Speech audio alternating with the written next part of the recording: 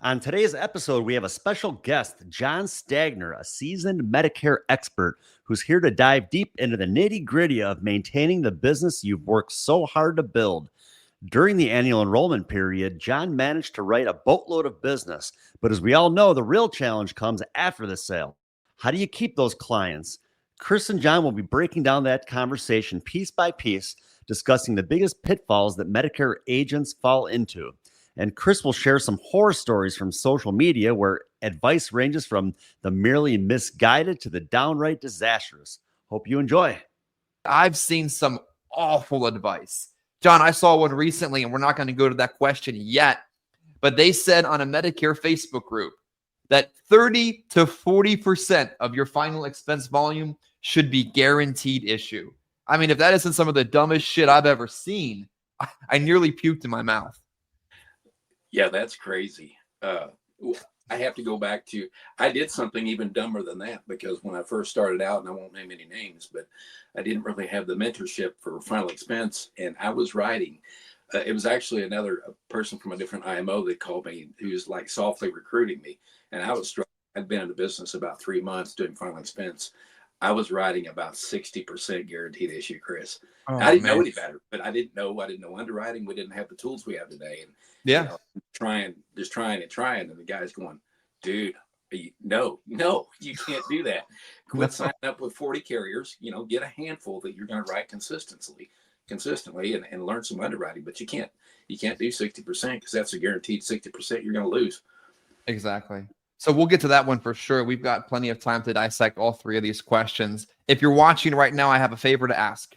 Engage with the content we've prepared for you. So in whatever medium you're watching us on, engage with it. Hit the like button, comment below, share this out with somebody else. The more we can grow this audience, the more we can give back to others. And that's kind of the way social media works. It's all algorithm based. If you watch it, but you don't click on the comment section, no one's going to see it. If you don't like it, maybe you didn't like it, then dislike it. But for whatever method you're watching us on, engage with the content so it shows it out to other people. So John, give the viewing audience, listening group, a little bit of background information. How long have you been in the business? How long have you been writing Medicare? Give yourself a little credibility statement before we dive into this stuff.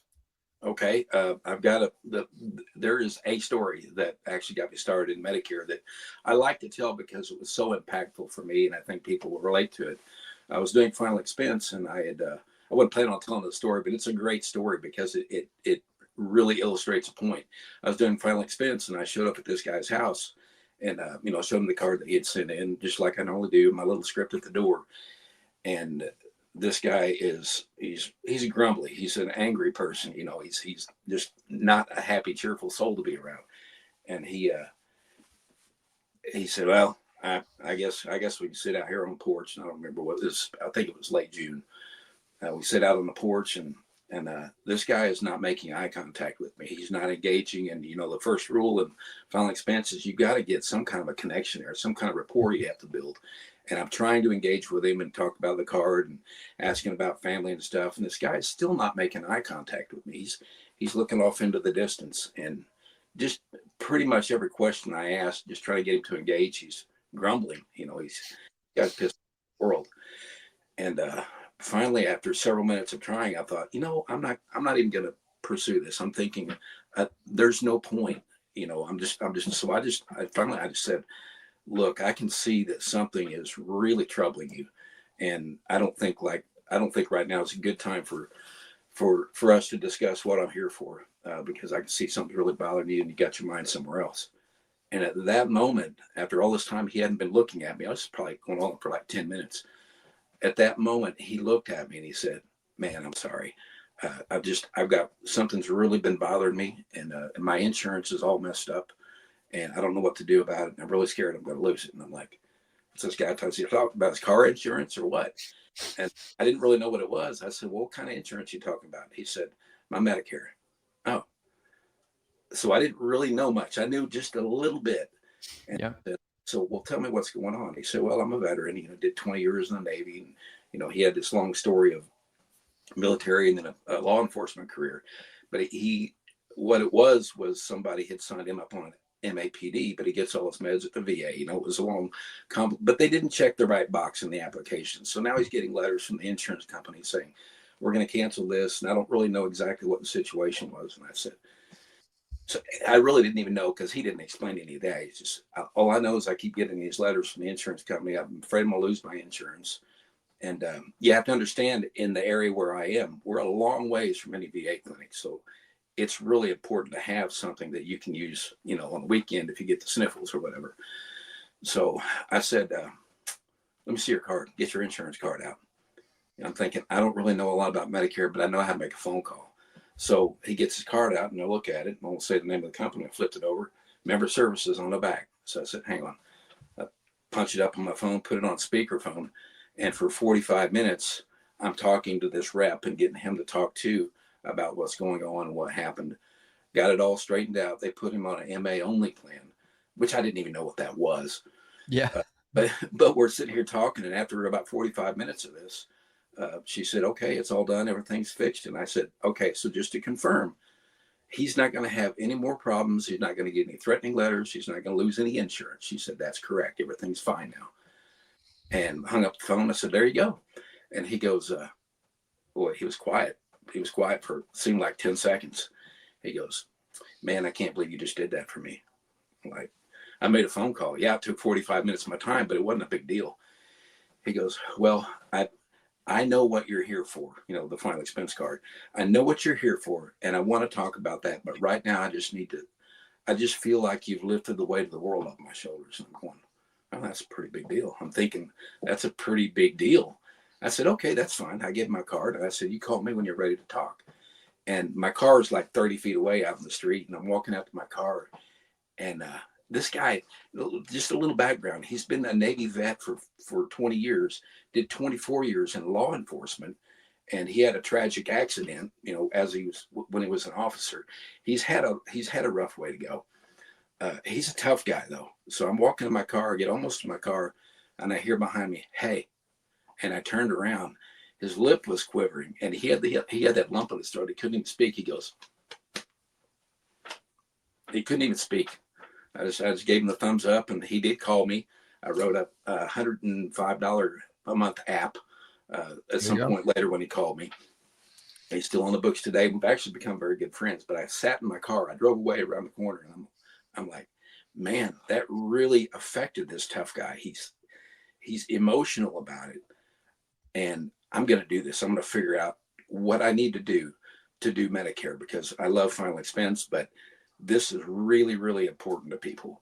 So July 2nd, I remember it was, I want to say it was 2020. I'm getting on the internet and I'm Googling how to become a Medicare agent, and I'm going to learn everything I can. And I really pretty much dropped final expense at that point and just started learning everything I could.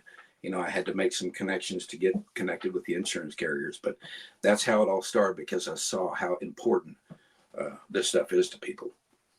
You know, I think that actually segues perfectly into our next question, because a lot of final expense agents uncover how conversational the Medicare conversation is, how non-confrontational it is, how beneficial it is, how it engages somebody at a human level, how it improves their quality of life, but then how it doesn't cash flow you very quickly. You're like, wow, I made such a freaking difference, and I made $111. Yeah. That's a whole tank of gas. What do I do? My lead was $40. The gas was $70 to get here today. Now I'm broke. I think a lot of agents in final expense make the mistake of not realizing that you still have to kind of interweave those two things together to be able to cash flow your business properly in this in the independent space. Do you feel like a lot of agents, especially in that early crop of final expense agents that discovered Medicare, failed because they didn't cash flow their business properly? I'm one of them, but I didn't fail. I just kept pushing on. But it's like, you know, you keep running up against this. You know, it's long-term money with Medicare. It's residual. And that's what really got me excited. But also, I got a house payment and I got a car payment. You know, so it's like I had to kind of learn that lesson repeatedly and just say, okay, I got to set that aside and go sell some final expense. So yeah, I think that's a common thing. You got to have something to support you while you grow it to that residual income level. Yeah, I also feel like because Medicare is such a conversational, non-confrontational, almost easy enrollment, there's really not a lot of sales aspects behind it. And in many cases that you almost forget how to sell something if you don't continue to sell stuff too. I think a lot of agents lost their skill set in the process of doing enrollments in that early phase of Medicare finding its way into final expense. Yeah, absolutely. But it is, you really have to do both. And it's, there's a lot of sayings around this, but final expense and Medicare go hand in hand like peanut butter and jelly, because it's the same client we're talking to, but the conversation seems like it can be different. I know it doesn't address your question directly to losing your sales skills, but people want to talk about Medicare. Life insurance, sometimes it's a little bit of, kind of encouraging and get them to talk about it, get them to open up about it, which we know it's an absolute must. You have to have, life insurance, but because you are going to die, but you can't say it that way. But yeah, you can kind of get into that. But one of the things that I did early on was really pay attention to cross-selling. I know there's some prohibitions on that stuff now that's a little more strict than it used to be, but there's always 9 ways from Sunday around stuff that you have to cross-sell, because the theory is, and it's not a theory, it's actually a fact, the more policies that a person has with you, the stickier the business is. So and if you're doing Medicare alone, even if you're not doing final expense, you've got cancer, heart attack, and stroke policy. You got hospital indemnity, which are becoming much more needed now than ever before. So there's a lot of different things. But if you're doing final expense, that's another one. So you just get those people, they in sales books they call that cocooning. You get this person all wrapped up in a cocoon, and you've got all their business. They're less likely to go somewhere else. So you just have to accept that. You can't just build something with a low income like Medicare all by itself. You need to be something. Yeah, I find it interesting because I'm trying to do more and more asking about hospital indemnity. I'm almost in the sense, and this is probably not the best thing to advertise, but I'm throwing as much of it up against the wall at this point just to see how much of it I can get to stick.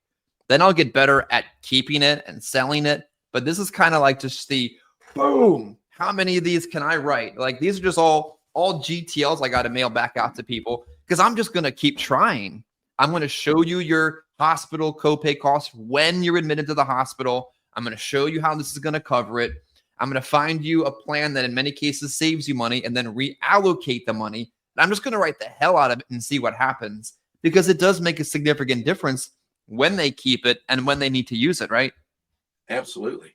And it's like I said, it's almost a must have, because anyone watching this, you have to understand when we have Medicare conversations, it can be very different geographically where you are. But I would say wherever you are, hospital indemnity in most places is a must, because when you do the breakdown, you go through the Medicare 101, which every single person that's new to me get a 10-minute Medicare class in plain language, non-insurance speak, but they understand it. And there's several reasons for doing that. One, you're demonstrating your knowledge and expertise, but also you're demonstrating the need that you have to have something in addition to original Medicare, because the financial risk under many circumstances is unlimited, and you can't do that. So you talk about hospitalization, you show them, you get admitted for 1 day. If you have original Medicare, it's $1,632, $1,676 next year in 2025. But with a Medicare Advantage, they have to cover that. I'm explaining this to the client like you're the client. Yet they have to cover the same things that original Medicare covers, but they can do it in a different way. So one of the ways that they do that is hospitalization.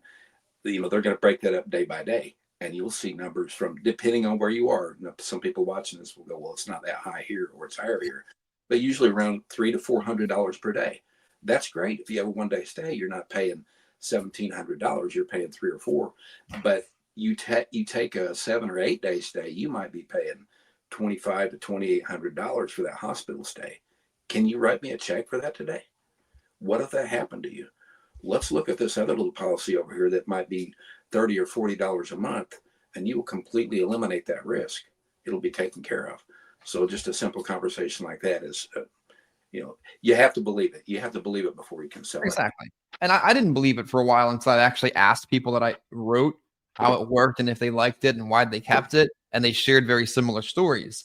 Let's talk about some other ancillary products that people can sell and mistakes agents are making because they're not having these kind of conversations. Man, I used to believe that, oh, they can barely afford final expense. Why would they spend a penny elsewhere? There's no chance they could even do it. But to the client, the consumer, it's a different need. It's a different product. It's a different purpose. And there's a different source of money they can put toward that because they think they need it. John, I find dental, vision, and hearing to be probably the most unexciting product to study, but the most transactional sale ever. Like, this is what I say to people. John, do you have teeth? You do. Okay. But do you have dental insurance? You don't. Do you want me to talk to you about it? You do? Perfect. And then it's sold at that point because they either have a dental plan and I can get them a better one. They don't have it and they want one, or it's unimportant to them and we're done talking about it. I've probably written, and this is not very exciting, 25, 30 dental plans over the course of the last 3 or 4 months, just asking that question. Like, do you ever find yourself adding that product into the sale too? Sometimes more with a Medicare supplement client. Yeah. You know, that you got the immediate coverage of dental benefits with the Medicare Advantage plan. So yeah, I mean, honestly, I kind of don't tell anyone I said this, but I kind of hate. I don't, you know, but a lot of times they want dental and vision, and you pair that together. Yeah. But yeah, it's there. It's not my first go-to when I'm cross-selling something, obviously. It's kind of like my last swing at bat, especially in some situations. Or if I can't help them with their supplement because their health is now garbage, I'm going to at least ask to try to recuperate the lead cost and the appointment cost and the cost of me being here. Like, can I do some kind of business with this person, plant some kind of flag, and kind of come back at a later point in time? Cancer insurance, do you much of that in the cross-sell? I do a ton of it. Now, of course, if they're certain situations, it's not, I mean, like if they're a QMB, a Medicare, a Medicaid client, you know, they pretty much got that stuff taken care of. They don't really have the budget, but you also have to remember, you can't count other people's money. You don't know what's important to them and what, you know, what they're going to spend. A huge mistake. Yeah. But yeah, absolutely. Even with Medicare supplements, their medical costs are going to be taken care of, but there's still the risk of, you know, Part D drugs, anti-nausea drugs, things that are going to cost them a lot of money, and they're going to max out pretty quickly on their Part D plan. But also, you know, what I find around here, will have like a good example, farmers, and it's a husband and wife, and they've got a place that has to be taken care of. Well, what if you're off, you know, for a couple of weeks at a cancer center getting stuff taken care of? Well, then we go to that over 50% of cancer treatment is non-medical. You have to have some money there, and maybe you can afford it. This small cancer policy that's going to give you a lump sum of money, you can pay the guy to take care of the cattle and take care of the farm and stuff while you're away for a week or two. So there's creative ways to come up with reasons for people to have it. People like the idea of, I get a diagnosis, I get a check, and I can do whatever I need to with it. Exactly. Let's talk about running the business versus just writing business, because when you get in the business, you're just in survival mode. And most people don't get into this business, you know, as business owners with successful backgrounds and huge bankrolls. They're just, holy crap, I fell into this spot. How do I get out of it? So they're trying to write business just to survive. But then eventually that becomes running a business, and it's a very different evolutionary step. And you've run businesses before. You have a brick and mortar. You have a business background. What do you see the biggest difference between the agent that's just focused on selling and the one that's actually looking to run an operational business? Bottlenecks. So, for example, and I don't know if you want me to share my numbers from AEP. I'm proud of it as a solo agent. I have one full-time admin assistant, and we had a good year this year. I think I was at about max capacity on time and applications. We wrote 211 applications during AEP. We wrote quite a few before that, and then we're still writing continuously after. But that was October 15th to December 7th, and I feel like we were maxed out. So the first thing I think of is, okay, there's bottlenecks somewhere. Where are they? How can I fix those? What's slowing me down? A good example, before I had a brick and mortar, you know, I was running about 6 counties locally, and I'm trying to be geographically smart, because I can't go see 2 people in this county and run over to this county, you know, in the same day. So I'll try to pre-call everyone and set up my appointments for the next day. And what happened, and this was actually last AEP, the one before that 2 years ago, before I got the brick and mortar, people were saying, well, because that was my bottleneck, was travel time. they were saying, well, where's your office? We'll just come to you. And they had never said that before. Hmm. Well, it's a Toyota Camry, so you can't really come to it. I've got to come to you. But then I'm thinking every time someone would say that, I've got to have a location. And what I found out was most people are willing to come to me. Some are homebound and they can't. I do those on Saturday. So that's one example of a bottleneck. Probably the biggest thing that if you're wanting to build a business, whether you're going to or not going to have a physical location, is marketing. I heard someone say very early on in this business, marketing, you are first and foremost a marketer.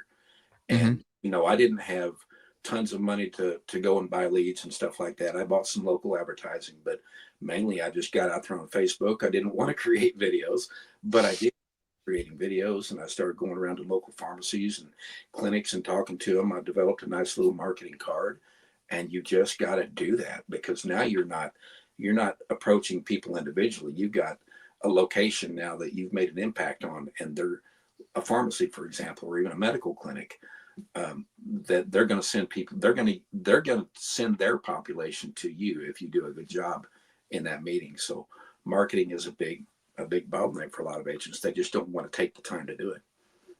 Interesting.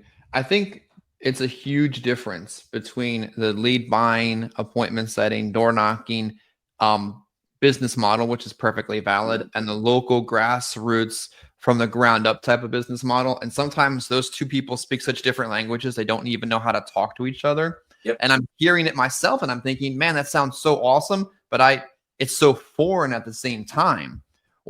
How did you bridge that gap? Because you've knocked doors, ran appointments, set appointments, sold insurance face-to-face in their home, and now you've done it in a different setting. How else did you bridge that gap? Cross-selling. Cross-selling mainly is, if you're talking about the financial gap, because there is one, because you have to get if you're going to go brick and mortar, you better have some residual income there to take care of it. And I'm kind of a risk taker, and I took almost 100% of my residual income and said, okay, I'm going to invest in a person first and foremost, somebody that's sharp, a professional. They can help me with the admin duties and can learn quickly.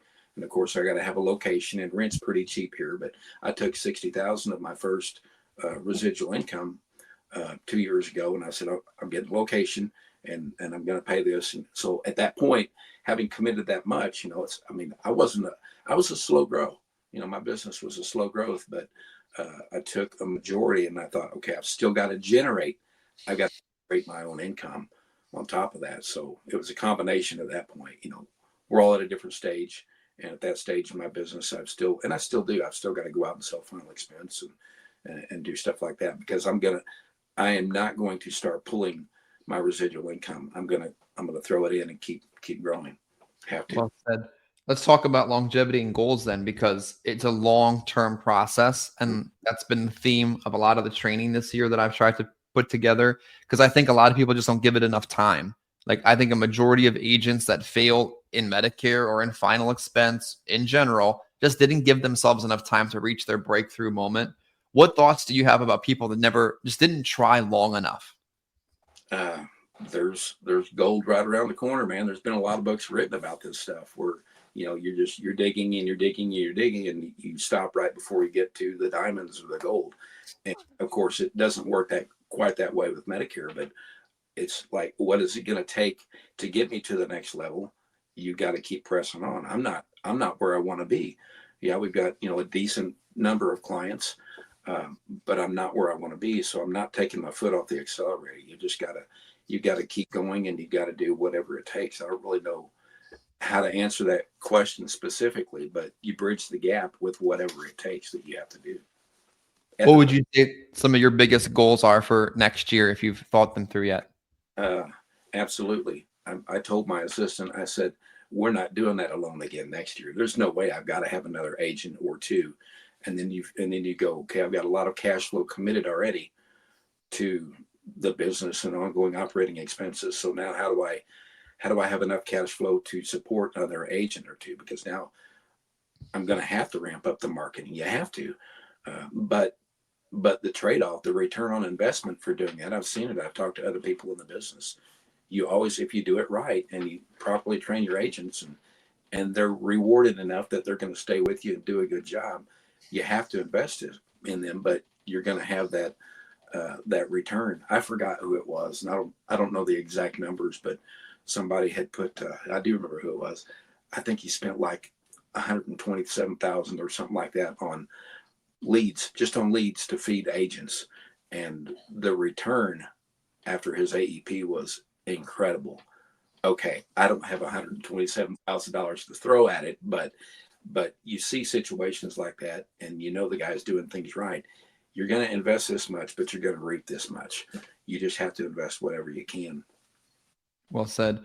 How do you keep, or how are you planning to keep what you wrote? Because you said you wrote 211 plans over the course of a 3-month period, and that's easy. It's not hard to do. It is hard to do, but it's harder to keep it. I mean, it's hard in the sense that it takes a lot of time and a lot of effort and a lot of growth, but I think it's harder to keep what you wrote in many cases. It is. You can get on a dialer, you can get live transfers and write 100 a month, but if that's all you're doing and not doing anything to keep it, that's not going to work either. You can go out and throw it up against the wall, but keeping what the hard work that you did is a different evolutionary step, is what I'm trying to say. How do you keep what you wrote?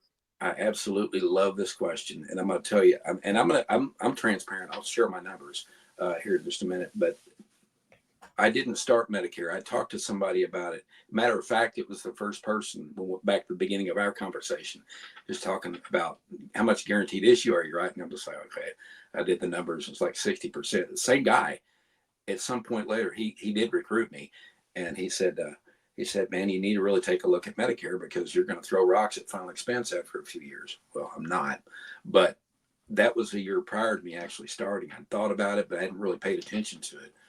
But one of the things that I heard is pretty cutthroat. You know, people will steer your clients, and, you know, you got call centers and all that, and they're not all bad. But that was one of the things in my mind I started out with. I'm going to do everything in my power that I can do to keep clients. So I have a system for all of that. You know, it's the conversation that you have after the sale. Everyone, I invested, I buy it. I don't have one here to show you. I buy these nice marble gold stamp folders.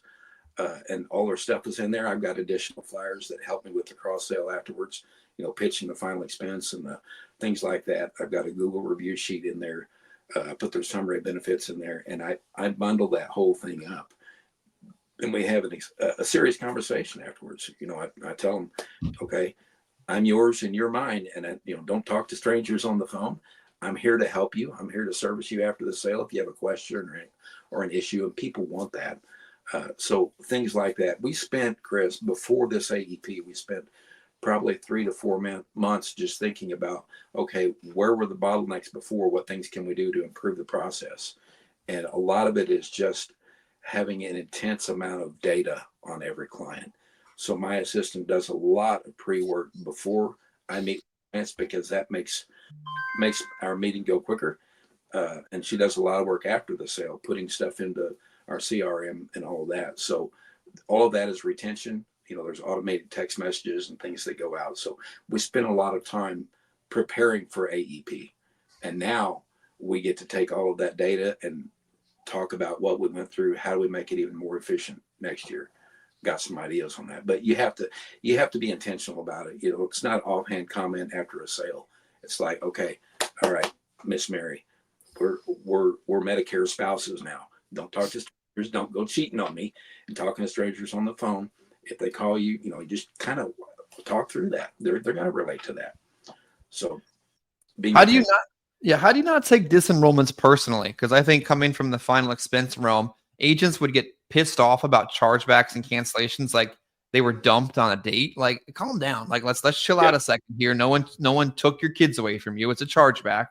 And that kind of bled over into Medicare, where you're afraid to answer your phone. You don't want to check your portals, and you see a disenrollment and you're like, man, F that person. But realistically, maybe they made a mistake. So how did you not take disenrollments personal and go back and try to reacquire them? First of all, don't have a lot of disenrollments. So, but yeah, it's more of a, I'm gonna be on the phone with them. I might act surprised. Hey, what happened? I saw that it looks like you fired me as your agent. That's an impactful statement because oh, wow. What? Yeah, you talk to somebody. It looks like you've changed your plan. did you know when you did that, you fired me? I'm not even going to be able to help you anymore. So what state is that person in? Did they send you anything? So they're like, no, I didn't mean to do that. I've had two people in my 4 years of doing this. I've had two people that disenrolled. It was a mother and son, and they were like, oh, well, somebody offered me more cookies, with my plan. So, but the other ones, I get them back. And I do want to say this because, there's people tout all sorts of numbers. I can tell you, I'm the spreadsheet guy. I track every bit of this, and my retention rate is always above 98%. I lost 5 clients over the last AEP. Pretty incredible. What other data or information did you want to make sure that you shared? Because I think there's so much talk, but when you know the industry and behind the scenes, some of that talk's actually from broke, like empty vessels. And it's kind of sad because you're like, I know that that's not true. And I had to call somebody out on social media recently because they profess themselves to be an industry expert and an influencer and all these things. I'm like, bro, you just rolled 30 grand to me. You can't do this. You can't pretend to be who you're not. So what other data or information did you want to share to kind of separate yourself as a true authority in this field? That's a good question. That's a really good question. You can be an authority in the field and you can know well, first of all, let me back up.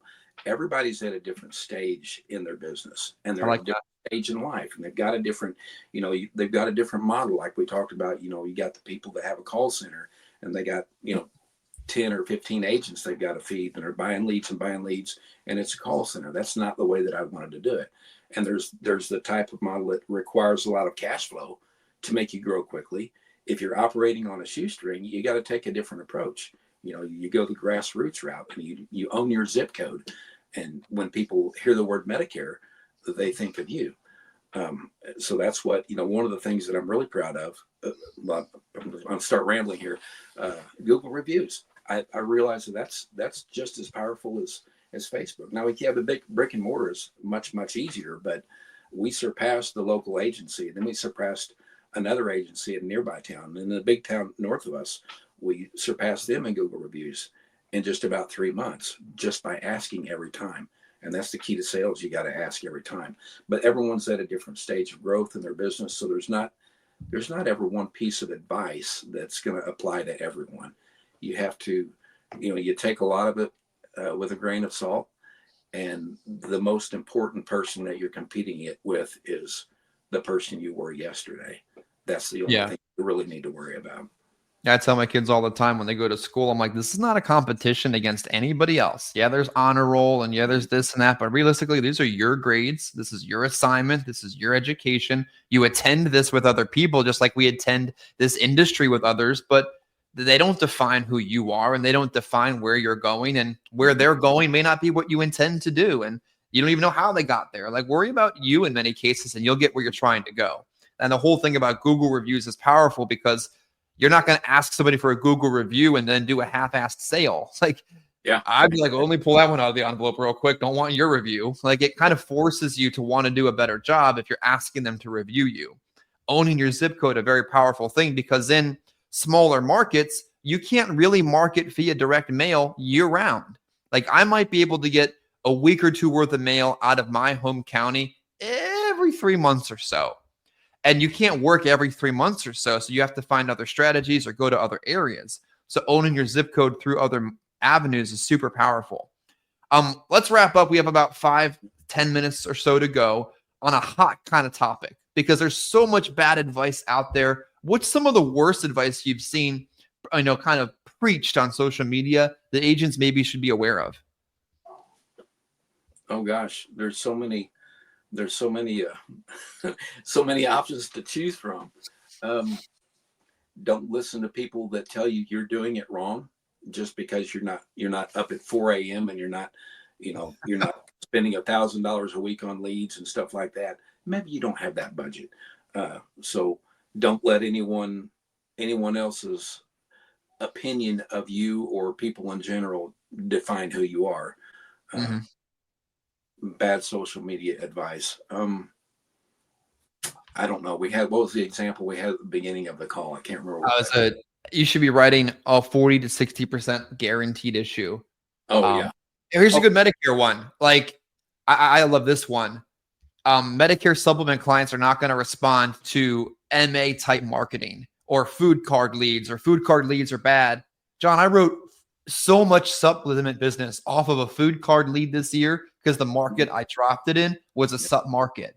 Like, people make these broad spectrum comments that are such bad advice because they're trying to paint this huge brush over the whole country and the whole industry. I think that's some of the biggest mistakes they make. Absolutely. And I'm glad you brought that up, because that's been a big one for me, because you see, even in these large Facebook groups, and they're talking about, the different agents, and some of them are Medicare Advantage and some of them are Medicare Supplement. And you're stupid if you're not doing this, what I'm doing, because Medicare Advantage sucks. Or why would you write a supplement because the max out of pocket on Medicare Advantage is so much, it's better. Well, that's where you are, bud. It doesn't matter. So here's a good example. I checked, it was like a year or two ago, in Missouri, where I am, Plan G for turning 65, females about $150.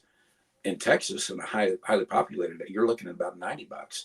You go up to where you are in the Northeast, Connecticut, I think is a good example. It's over $300. Same exact product. So, and you're going to see differences in Medicare Advantage plans as well. So you can't say one's better than the other.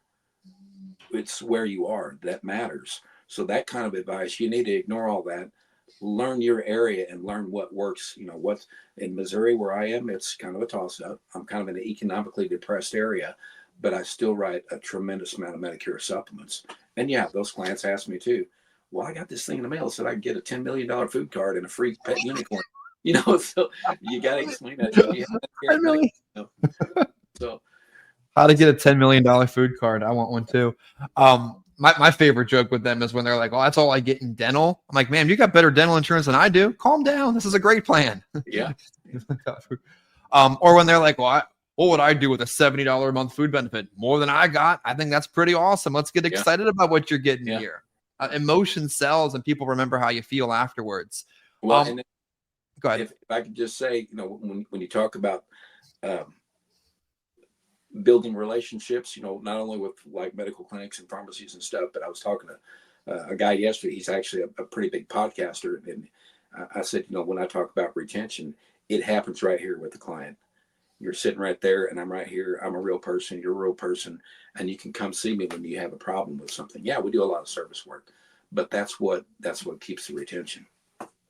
Well said. I appreciate you taking the time to record with me today. I appreciate you watching and engaging with us on social media, whatever you watched us on, Instagram, Facebook, YouTube, your place, my place, a podcast, wherever you're watching us on. If you're watching us at this point, engage with the content, like, comment, share, spread the information with others, because I'm taking notes here. Like, half the time I do interviews with people just to learn things from people and to write it down, and then hopefully somebody else learns something too. I can guarantee if you've watched the last 38 minutes, there's at least $10,000 of revenue gained from the content he shared with you today. So appreciate you guys watching. Make sure you engage for doing so. John, thanks for being here, and let's have an awesome 2025 in this industry.